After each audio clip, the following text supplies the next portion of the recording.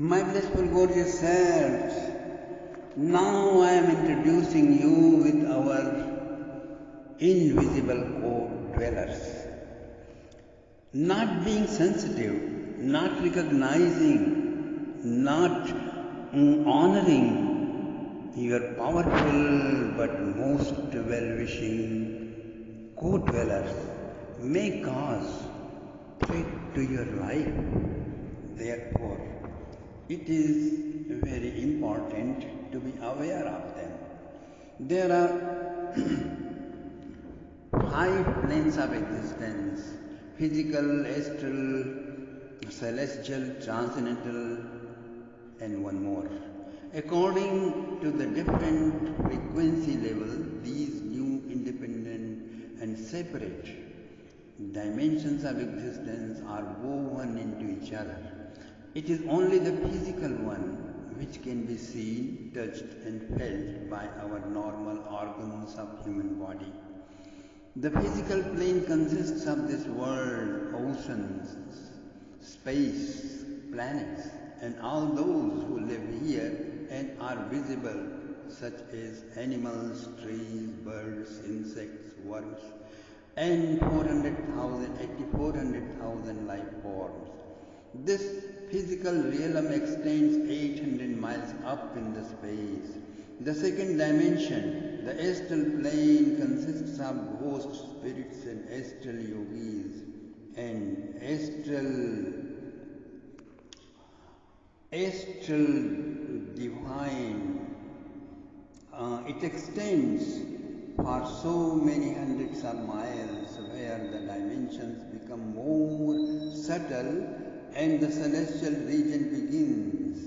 From one plane to the next, it is difficult for the more gross beings to visit the subtler regions, just like it is difficult for humans to travel or visit the astral plane, but it can be done by those who are more proficient. The same way, astral beings have difficulty to visit higher realms of celestial plane, but they can very easily visit anywhere in the physical realm. It is almost impossible for them to get to the transcendental plane, and more severely difficult to reach the love trans plane. On the physical plane, many astral and celestial beings who cannot be seen are found out unless they want to be.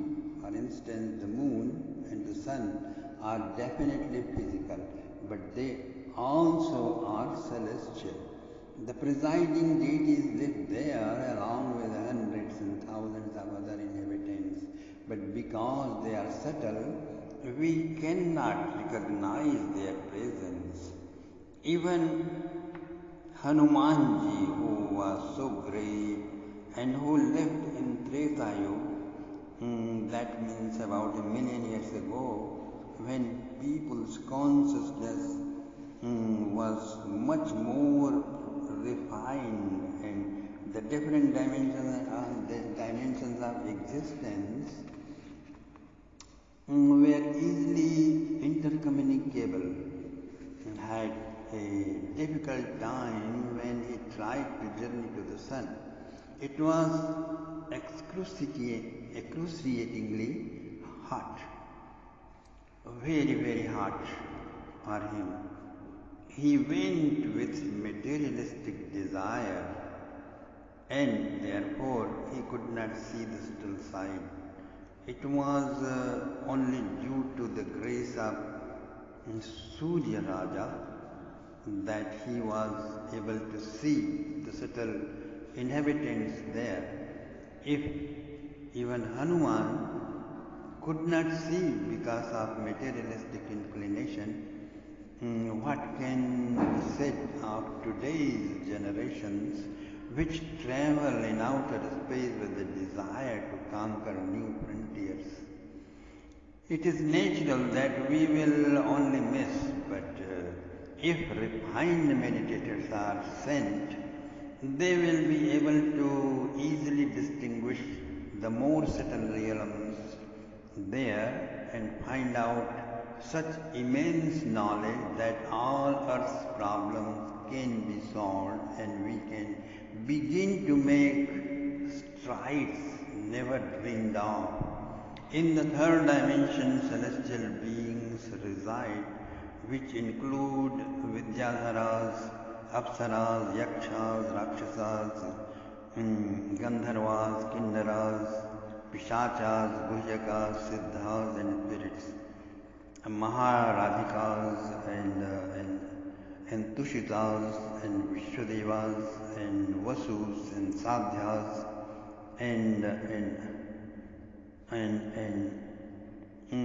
Rudras and Adityas and many more. They also live here and there too. You might ask, what is the difference between celestial beings and humans? So answer is, it is the earth element which is predominant in the human body, whereas in celestial people's body, the fire and the air elements are predominant. Celestials do not perspire. They don't need bathrooms or showers. Their bodies don't emanate dirt as humans. Therefore, they are reluctant usually to associate with humans as a neat and clean civilized people feels reluctant to associate with a very dirty bum of New York City or a person of bad breath. The following there are many features distinguishing of the celestials from humans. Their limbs emanate special fragrance without any cosmetics. Secondly, their bodies do not make shadows. Third, their eyelids do not blink. Fourth, the single moment they can reach thousands of miles away and appear where they want. And fifth, they never get sick or ill, and they do not die.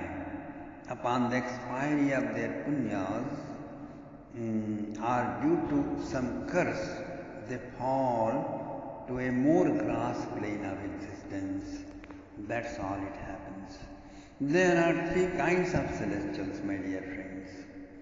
First, those whose lifetime or whose past extends all the way for the 4 billion years duration of the cosmic age. These beings are called in intergalactic history as Ajan Devatas. There are two divisions of them.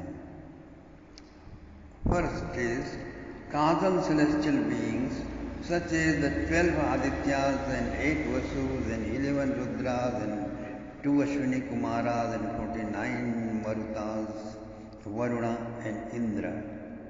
And second, formal celestial beings such as Ganeshji, Surya and Brahma and his selected 10 sons.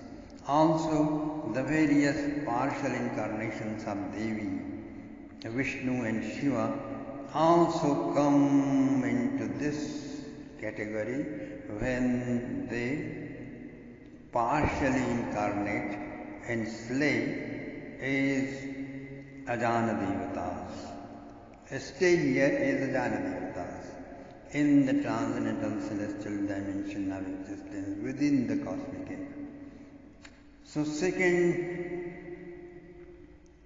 Martya Devatas, those who have attained their places in the heavenly planets by meritorious performances in the material world, while they were still human beings, they are known as Martya Devata. Then their punyas are consumed. And when their punyas are consumed, they descend back on earth to take human births. Such births are usually in rich and pious families. Everything of this material world has a presiding deity or Lord. These lords are known as Adhisthatra Devatas. Most important things get their lords from one of the Adana Devatas, but others, such as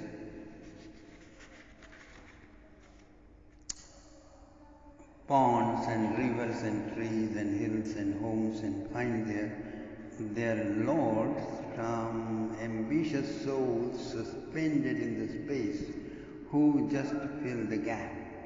This is reason why people in India always calculate through astrology the best days for various events, and then do various ceremonies to invoke good being to preside over their new homes, shops, weddings, in temples. Without this, inauspicious things can occur more